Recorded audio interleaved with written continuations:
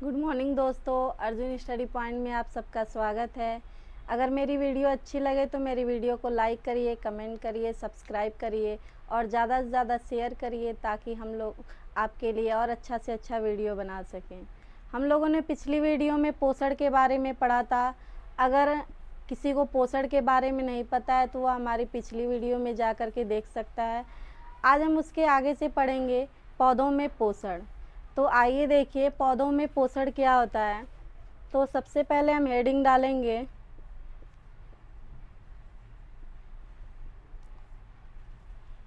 पौधों में पोषण।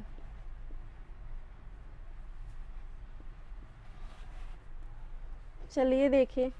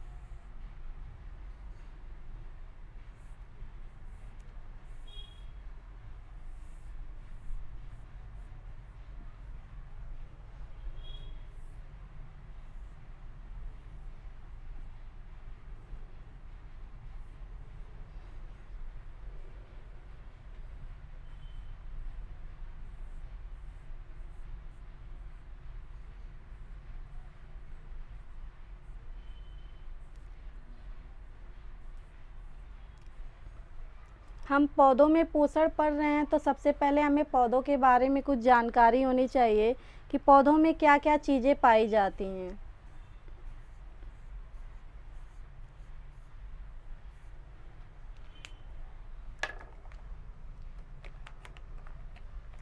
तो देखिए, इसे हम क्या कहते हैं? जड़ कहते हैं। इसे हम क्या कहते हैं? जड़, जिसको इंग्लिश में रूट कहा जाता है। इसे हम तना कहते हैं या स्टेम कहते हैं। ये क्या होता है? शाखा होता है, जिसे हम ब्रांच कहते हैं। ये जो होता है लिव्स होता है, जिसे हम पत्तियां कहते हैं।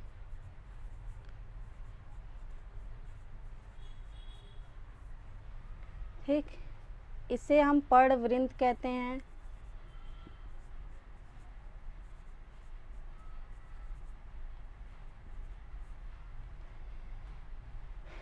इसे लीफ बेस कहा जाता है, जिसे हिंदी में पर्णाधार कहते हैं।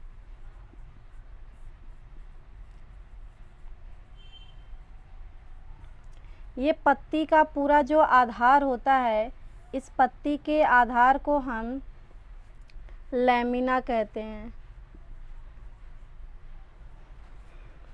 हिंदी में इसको पर्णफलक कहा जाता है। ये जो बीच में आपको लाइन दिख रही है इस तरह से, इसे मिड रिब कहते हैं। ये जो दिख रहा है ये वीन है, इसको हिंदी में सिरा कहते हैं और इसको मध्य सिरा।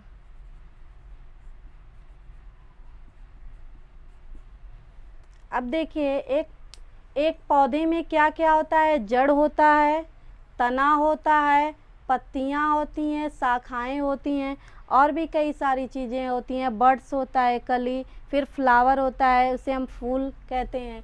तो पौधों में हमें पोषण पढ़ना है तो पौधों का पोषण कहाँ शुरू होता है? पौधों का पोषण पौधों के पत्तियों में होता है।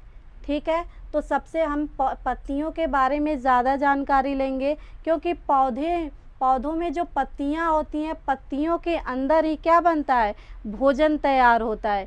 क्योंकि जो पौधे होते हैं वो स्वपोषी पोषण करते हैं, अपना भोजन स्वयं बनाते हैं। तो अपना भोजन स्वयं कैसे बनाते हैं, आज हम इसी के बारे में पढ़ेंगे। तो ये देखिए, जो यानी कि पत्तियां तनों द्वारा जिस बेस से जुड़ी होती हैं, जिस आधार द्वारा जुड़ी होती हैं, उसे हम पेटियोल कहते हैं, यानी पर्णवृंत कहते हैं। यानी कि और पेटियोल से पत्तियां किस आधार द्वारा लगी होती हैं, इसे हम लिप बेस कहते हैं, यानी पर्णाधार कहते हैं। ये आप देख रहे हैं बीच में इस तरह से लाइन गई हुई है, इसे मिड रिब यानी मध्य सिरा कहते हैं। और इससे ये ट्यूब होता है, एक पाइप होता है, जैसे हमारे शरीर में जो नसें लगी होती हैं उसे ट्यूब या पाइप कहते हैं, उसी तरह से पत्तियों में भी ये ट्यूब लगा होता है जिसे मिड रिब कहते हैं। अभी हम इसके कार्य के बारे में आप सबको बताएंगे, पहले हम जान जाते हैं कि क्या क्या होता है। फिर उसके बाद आप लोग पत्ती लेंगे तो देखेंगे इस मिड रिब के बाद इस तरह से छोटी छोटी आपको संरचना दिखाई देगी, इसे हम विंस कहते हैं, सिरा कहते हैं। ये जो पत्ती का पूरा आधार होता है इसे हम क्या कहते हैं, लैमिना कहते हैं, जिसे हिंदी में पड़ फलक कहा जाता है। अब देखिए, जो भोजन यानी कि पत्तियों को भोजन बनाने के लिए जल की आवश्यकता होती है। अब देखिए, ये जो विंस लगी होती हैं, मिड रिब होता है, इनका कार्य क्या होता है? इनका कार्य होता है कि जैसे हमारे शरीर में जो नसें लगी होती हैं, जो सिराएं होती हैं, वो ब्लड फ्लो करने का कार्य करती हैं, ब्लड के बहाव के लिए कार्य करती हैं। उसी तरह से पत्तियों में भी ये विंस लगे होते हैं, जिसकी सहायता से जो जल होता है और जो भोजन होता है वो पौधों के प्रत्येक भाग तक पहुंच पाता है। तो पौधों में जो है दो प्रकार की ट्यूब होती हैं। एक होता है, ये जो आप देख रहे हैं इस तरह से एक ट्यूब लगी होती है, जिसे हम बोलते हैं जाइलम, जिसे हम जाइलम कहते हैं। जाइलम का कार्य क्या होता है कि जड़ों के द्वारा जो मृदा से उन्हें जल प्राप्त होता है, मृदा में जो जल होता है मिट्टी में, जड़ उनको क्या करता है, उन जलों को अवशोषित कर लेता है, मृदा से खींच लेता है। और जो ट्यूब होती है उस ट्यूब को हम जाइलम कहते हैं। इस जाइलम के द्वारा, इस पाइप के द्वारा क्या होता है कि पौधों के हर भाग तक, यानी पत्तियों तक, हर भागों तक ये जो जल होता है वो पहुंचाया जाता है। तो सबसे पहले पत्तियों के मिड रिब में ये पाइप आप लोग देख रहे हैं मिड रिब की, इसमें जो होता है जल क्या होता है, सबसे पहले इसमें जाता है जल। फिर उसके बाद जो विंस आप लोग छोटे छोटे देख रहे हैं, विंस की सहायता से पत्तियों के हर भागों तक क्या होता है, जल पहुंच जाता है। तो ये होता है जाइलम। इसी तरह से जब पत्तियों में भोजन तैयार हो जाता है, जब पत्तियों में भोजन तैयार हो जाता है तो इन्हीं ट्यूब की सहायता से यह भोजन क्या होता है, प्रत्येक भागों तक पौधों के जाता है, जिसे हम, तो इन दोनों के लिए अलग अलग सिराएं होती हैं। तो जो जल के लिए ट्यूब होता है उसे हम जाइलम कहते हैं, और जो इनके भोजन को यानी कि पूरे शरीर तक इनके पहुंचाता है पौधों को, उसके लिए एक अलग ट्यूब होती है जिसे हम फ्लोएम कहते हैं। इसको याद करना बहुत आसान है कि जल है, यानी कि जो ट्यूब पूरे पौधों के हर भागों तक जल पहुंचाता है उसे हम जाइलम कहते हैं। आप हम भोजन को एक तरह से फल भी तो कह सकते हैं। तो अगर पौधों के हर भागों तक भोजन पहुंचाता है या फल पहुंचाता है तो उस ट्यूब को हम फ्लोएम के नाम से याद कर सकते हैं। तो इस तरह से अगर आपको नहीं याद है तो आप याद कर सकते हैं, जल पहुंचाता है तो जाइलम, अगर फलों को या भोजन को पहुंचाता है तो उसे हम क्या कहते हैं, फ्लोएम कहते हैं। तो एक बार रिपीट करते हैं, फिर हम आगे की तरफ चलते हैं। तो सबसे पहले जो पौधे होते हैं उनमें जड़ पाया जाता है, जिसे हम रूट कहते हैं। जड़ का कार्य क्या होता है? जड़ का कार्य यही होता है कि मृदा में फैलकर जहाँ पर भी जल मिले उसे अवशोषित कर लेना। फिर इसे हम क्या कहते हैं, तना कहते हैं। ये क्या होता है, जो तना होता है वो पौधों का आधार होता है। जैसे हमारे शरीर में जो हमारा पैर होता है वो आधार होता है जिसके द्वारा हम खड़े हो पाते हैं, चल पाते हैं, उसी तरह पौधों में जो तना होता है वो पौधों का आधार होता है जिससे वो खड़े हो पाते हैं। फिर उसके बाद देखिए, ये पत्तियां हैं, तो पत्तियां तनों से जिस आधार द्वारा जुड़ी होती हैं उसे हम पेटियोल कहते हैं, पर्णवृंत कहते हैं। और इस पर्णवृंत से जिस आधार के द्वारा पत्तियां लगी होती हैं उसे हम पर्णाधार कहते हैं, लीफ बेस कहते हैं।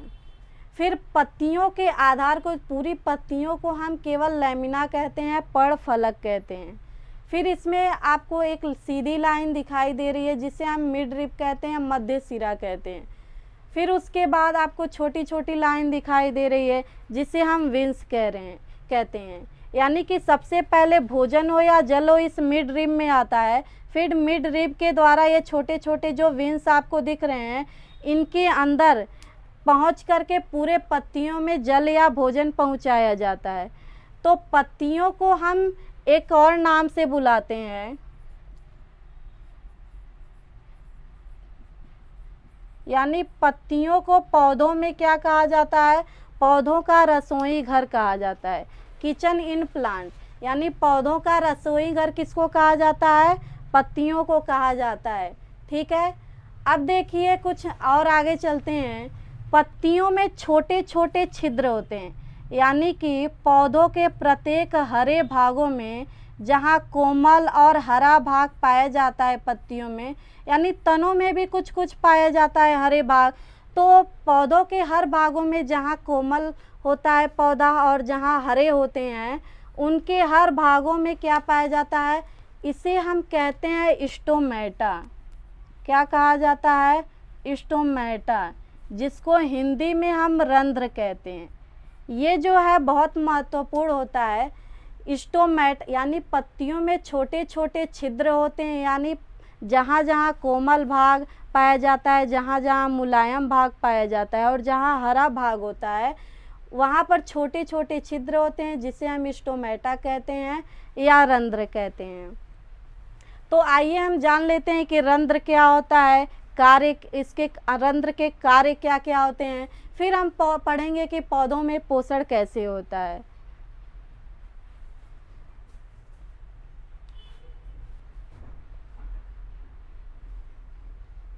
तो देखिए हम रंध्र के बारे में पढ़ते हैं कि रंध्र क्या होता है। सबसे पहले हम उसका फिगर बना लेते हैं।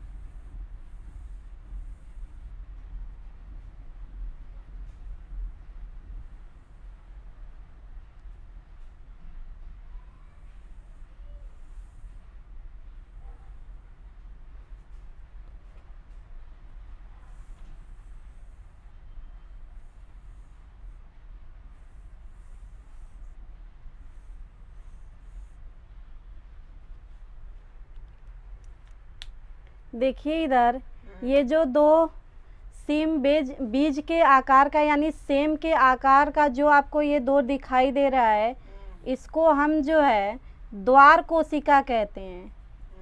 द्वार कोशिका, इसको द्वार कोशिका। ये हम किसका फिगर बना रहे हैं, अभी हम आपको बताए हैं कि पौधों में जो छोटे छोटे छिद्र पाए जाते हैं, जहाँ कोमल वायवीय भाग और मुलायम भाग होता है पौधों में और जहाँ हरा भाग होता है उस जगह पर छोटे छोटे छिद्र पाए जाते हैं जिसे हम रंध्र कहते हैं। इसको मतलब कि ये बेहद आवश्यक है। अभी आपको पता चलेगा ये क्यों आवश्यक है। सबसे पहले हम इसके बारे में जान लेते हैं। तो इसमें दो सेम के आकार का कोशिका पाया जाता है जिसे हम द्वार कोशिका कहते हैं। इंग्लिश में इसको गार्ड सेल भी कहा जाता है। गार्ड सेल यानी कि आप लोग जानते ही होंगे, जैसे अगर कहीं पर भी होटल वगैरह में गार्ड होते हैं, चौकीदार होते हैं, उसी तरह से यहाँ पर भी दो गार्ड सेल पाए जाते हैं, द्वार कोशिका पाई जाती है। फिर उसके बाद इनमें ये जो होते हैं इनको हम सहायक कोशिका बोलते हैं। इनको क्या कहा जाता है, सहायक कोशिका कहा जाता है। अब देखिए इसमें छोटे छोटे इस तरह से छोटी छोटी संरचना होती है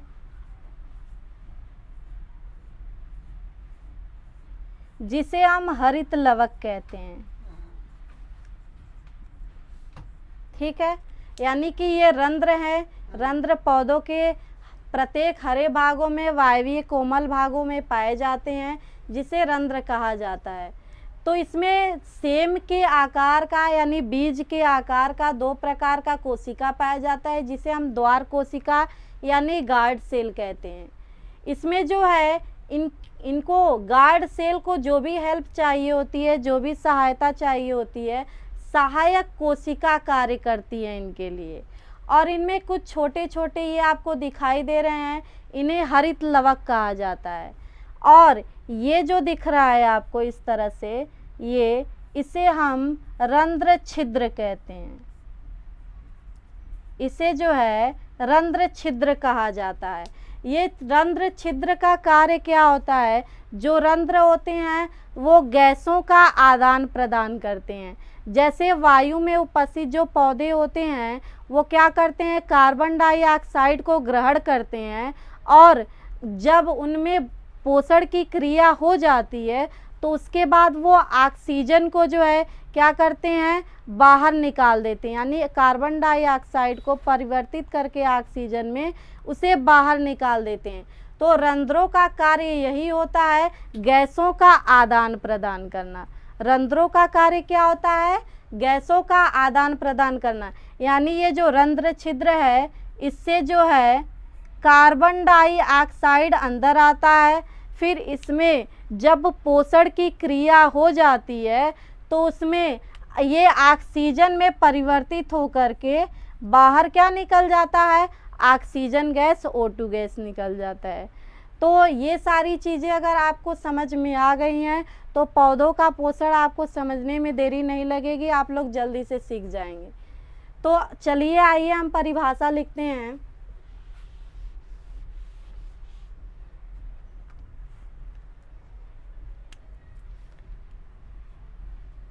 प्रत्येक हरे पादप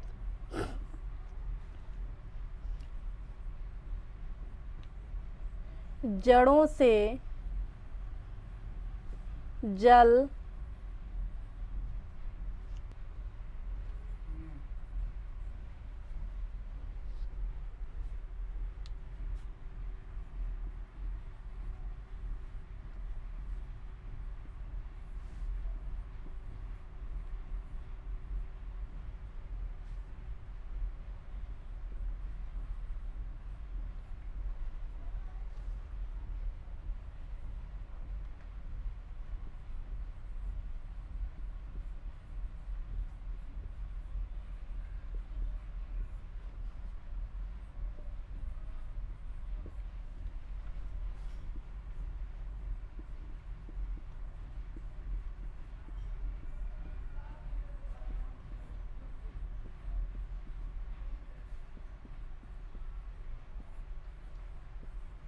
प्रत्येक हरे पादप जड़ों से जल अवशोषित कर वायुमंडल से कार्बन डाइऑक्साइड लेकर सूर्य के प्रकाश की उपस्थिति तथा पर्णहरिम की उपस्थिति में अपना भोजन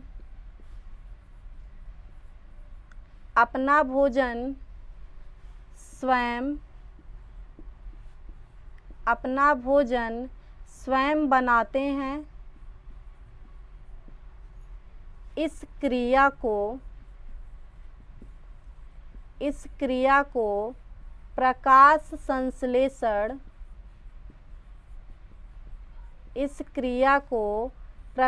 संश्लेषण कहा जाता है। अब देखिए, अभी हम बताएं आप लोगों, देखिए अब हम पढ़ेंगे पौधों में पोषण के। सबसे पहले हम आपको इसलिए बता दिए क्योंकि अगर हम ऐसे ही बताएंगे तो आप लोगों को समझ में नहीं आएगा। तो सबसे पहले आप लोग जान लिए कि जड़ कहाँ होता है, तना क्या होता है, पत्ती क्या होता है, पत्तियों में क्या क्या पाया जाता है।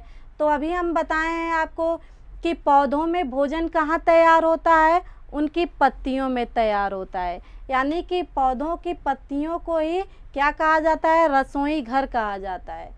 तो प्रत्येक हरे पादप जड़ों से जल अवशोषित कर, अब देखिए जड़ों के द्वारा ये क्या करेंगे, जड़ को अवशोषित करके, अभी हम आपको बताएं कि जो इसमें एक ट्यूब लगी होती है, एक पाइप लगा होता है, जिसके द्वारा जड़ जब अवशोषित कर लेता है जल को, तो ये जाइलम के द्वारा क्या होता है, पत्तियों के मिड रिम में जाता है, मध्य सिरा में जाता है, फिर उसके बाद क्या होता है, मिड रिब से विंस में यानी पत्तियों के हर भागों तक क्या होता है, जल पहुंच जाता है। तो प्रत्येक हरे पादप जड़ों से जल अवशोषित कर यानी जड़ को लेते हैं, फिर वायुमंडल से कार्बन डाइऑक्साइड लेकर, वायुमंडल में अनेक प्रकार की गैसें पाई जाती हैं, carbon dioxide gas, oxygen gas, nitrogen gas, अनेक प्रकार की गैस पाई जाती है। तो पत्तियां क्या करती हैं, वायुमंडल से कार्बन डाइऑक्साइड को लेती हैं, ठीक है, ये क्या करती हैं, कार्बन डाइऑक्साइड गैस को लेती हैं। फिर उसके बाद तथा पर्णहरिम की, अब देखिए पर्णहरिम की उपस्थिति, अच्छा उपस्थिति मिस्टेक हो गया है, सॉरी।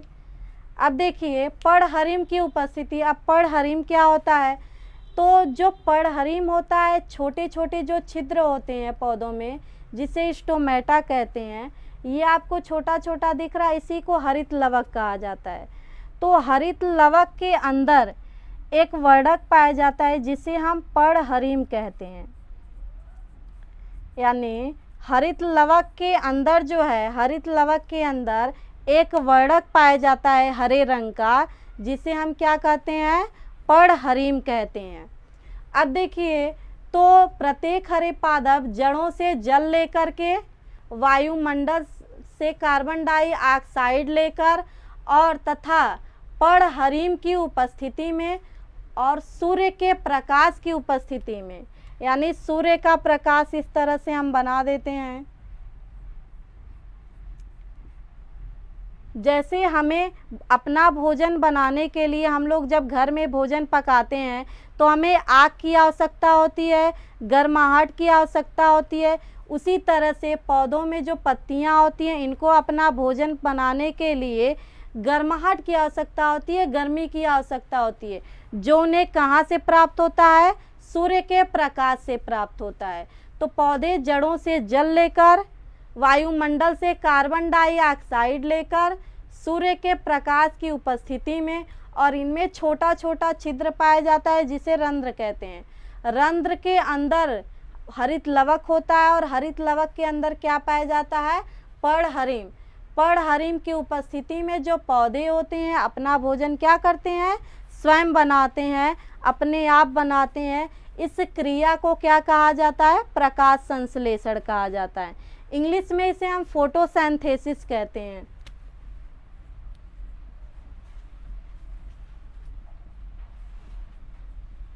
फोटोसिंथेसिस यानी कि पौधे क्या करते हैं, जड़ों से जल लेकर पत्तियों में, पत्तियां किसके द्वारा, मिडरिप के द्वारा, फिर विंस के द्वारा पूरे पत्तियों में जल फैल जाता है। फिर ये वायुमंडल से कार्बन डाइऑक्साइड गैस को ग्रहण करती हैं, सूर्य के प्रकाश को क्या करती हैं, अवशोषित करती हैं।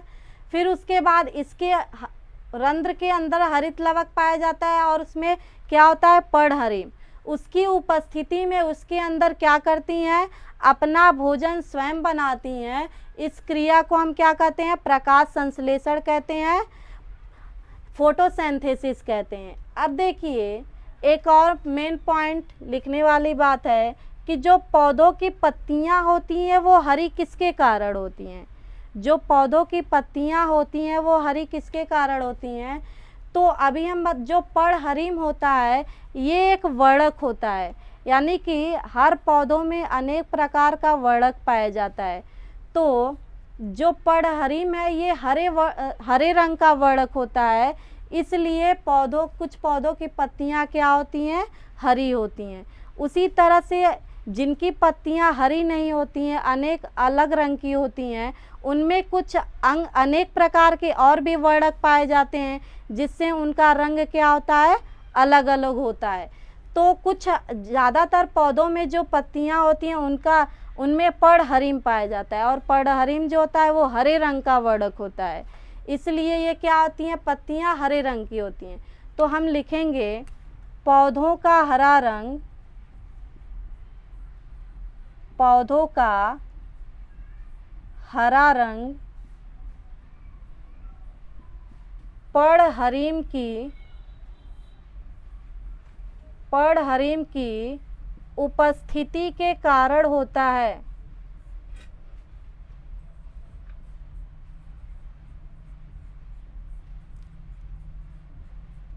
पौधों का हरा रंग किसके कारण होता है? पर्णहरिम की उपस्थिति के कारण। पर्णहरिम क्या होता है? ये एक प्रकार का हरे रंग का वर्णक होता है। किस रंग का? हरे रंग का वर्णक होता है। इसलिए पौधों का हरा रंग पर्णहरिम की उपस्थिति के कारण होता है। और जो कुछ पौधों की पत्तियां लाल कलर की होती हैं, किसी किसी की आप लोग देखेंगे पीले कलर की होती है, तो उनमें दूसरे प्रकार का वर्णक पाया जाता है। ठीक है, इसलिए उनकी पत्तियां अलग रंग की होती हैं। मगर जिनके पौधे हरे होते हैं उनमें पर्णहरिम यानी कि हरे रंग का वर्णक होता है, जिसे हम पर्णहरिम कहते हैं। इसलिए इनका हरा रंग किसके कारण होता है? पर्णहरिम की उपस्थिति के कारण। तो आप इसका स्क्रीनशॉट ले लिए। अभी कुछ और चीज़ें हैं जो हमें आपको बताना है, तो आप पहले इसका स्क्रीनशॉट ले लीजिए, फिर आगे बताते हैं।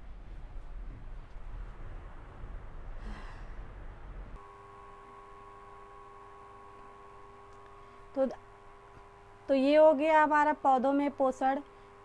अब देखिए, अगर आप लोगों को हमारी वीडियो अच्छी लगे तो मेरी वीडियो को लाइक करिए, कमेंट करिए और ज़्यादा से ज़्यादा शेयर करिए, सब्सक्राइब करिए, जिससे हम और भी ज़्यादा से ज़्यादा वीडियो आपको लोगों के लिए बना सकें। आप लोग जितना ज़्यादा से ज़्यादा कमेंट करेंगे, जितना ज़्यादा शेयर करेंगे, उतना ज़्यादा हम आप लोगों के लिए और अच्छा से अच्छा वीडियो बना पाएंगे। और कोशिश करेंगे कि पेपर तक आप लोगों के सारे चैप्टर्स ख़त्म कर दें। आप लोग बस मेरी वीडियो के साथ बने रहिए। तो आइए हम आगे थोड़ा सा चलते हैं। तो जो पौधे अपना भोजन तैयार करते हैं तो वो क्या होता है? अब देखिए, अपना भोजन यानी इस क्रिया को प्रकाश संश्लेषण कहते हैं। अब जो भोजन अपना तैयार कर लेते हैं उसे हम क्या कहते हैं? देखिए, दूसरा पॉइंट इसमें है। तो प्रकाश, सूर्य के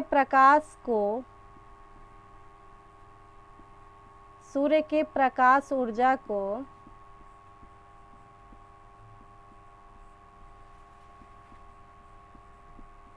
रासायनिक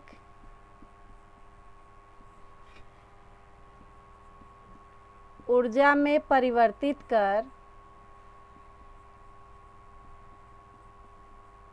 सूर्य के प्रकाश ऊर्जा को रासायनिक ऊर्जा में परिवर्तित कर कार्बोहाइड्रेट का निर्माण करते हैं।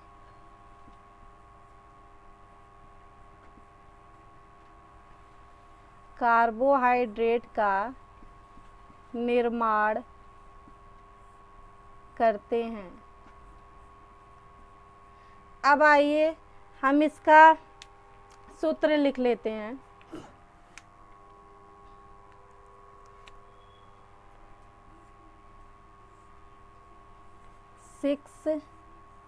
CO2 प्लस 12H2O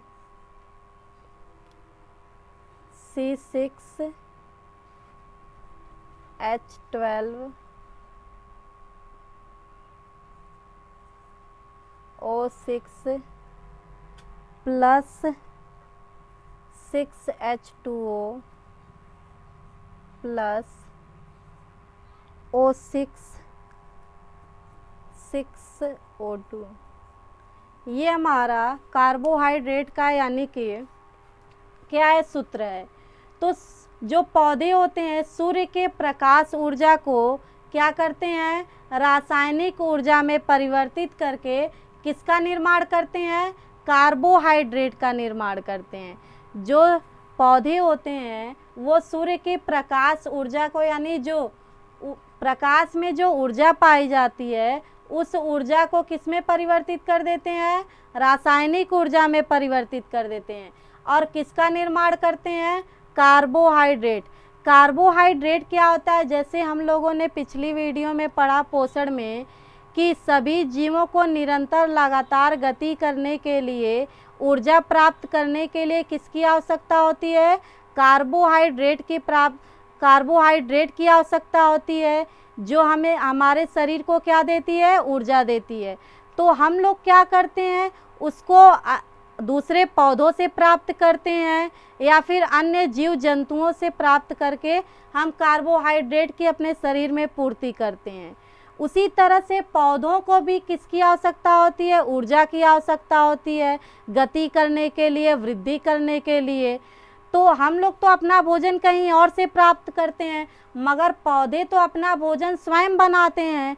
तो वो क्या बनाते हैं? कार्बोहाइड्रेट का निर्माण करते हैं, जो उनको क्या देती है? ऊर्जा देती है। तो अब देखिए, अब जो हमारा रंध्र होता है वो क्या करता है कि रंध्र में हरित लवक पाया जाता है। अभी हम बताएं कि जो रंध्र छिद्र होता है वो क्या करता है? गैसों के आदान प्रदान करने का कार्य करता है।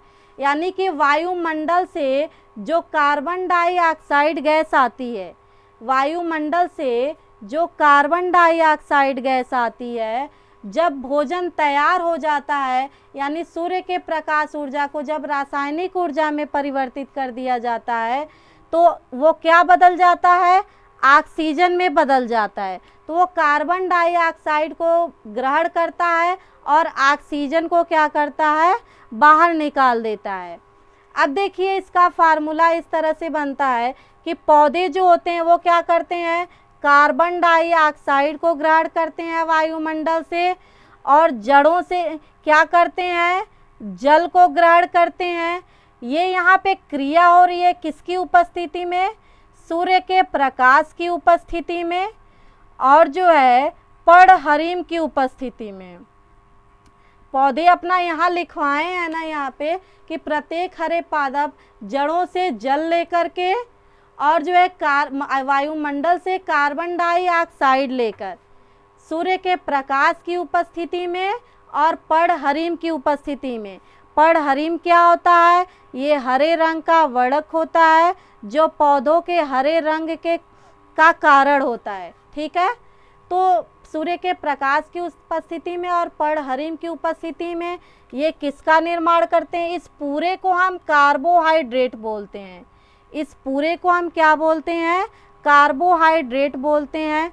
अब देखिए, जो पौधे होते हैं वो कार्बोहाइड्रेट को ग्रहण नहीं कर सकते हैं, इसीलिए वो किसको ग्रहण करते हैं? ग्लूकोज को ग्रहण करते हैं। ये जो C6H12O6 है, इसको क्या कहा जाता है? ग्लूकोज कहा जाता है, यानी ऊर्जा, एनर्जी। पौधे क्या करते हैं? ग्लूकोज को ग्रहण करते हैं।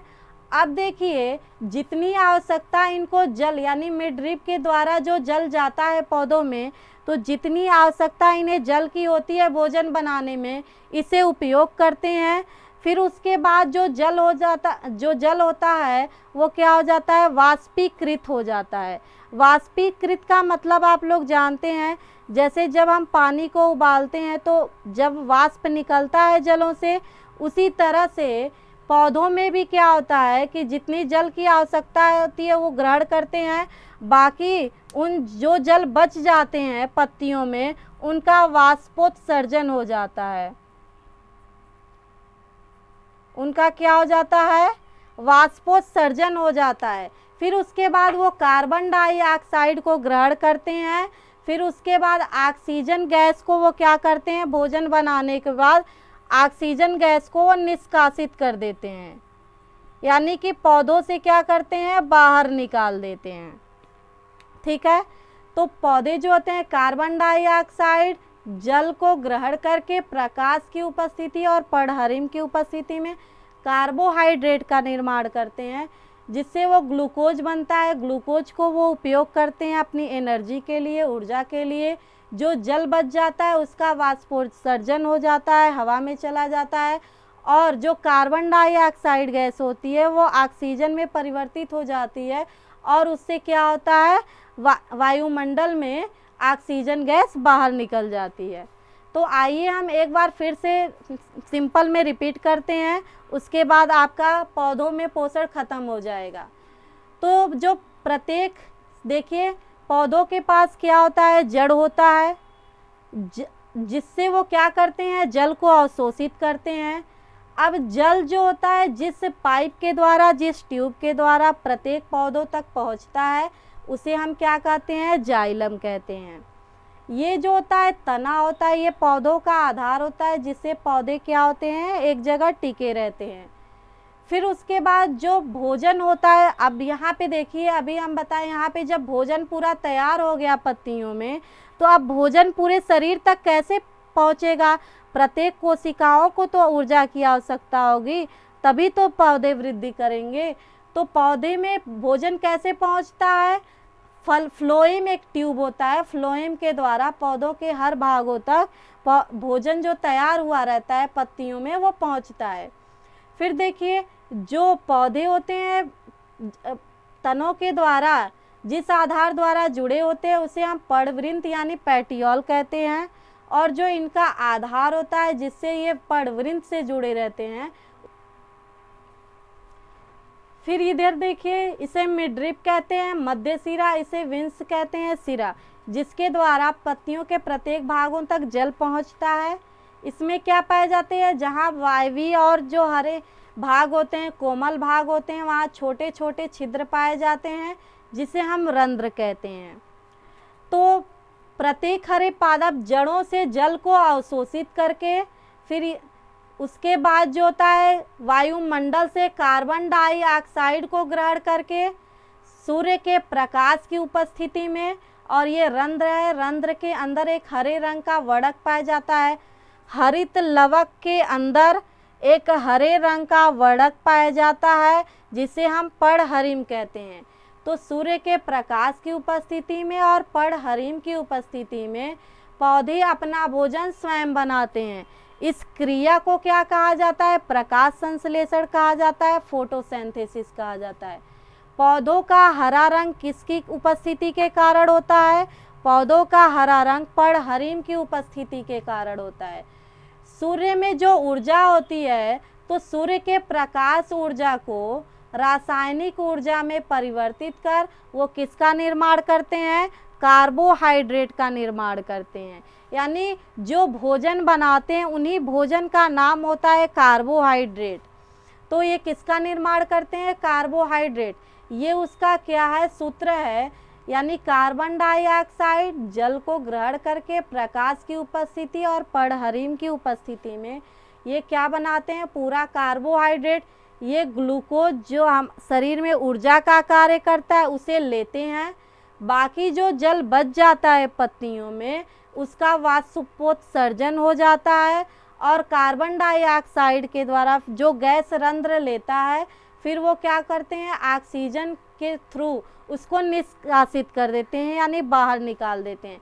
रंध्रों का कार्य ही होता है गैस का आदान प्रदान करना।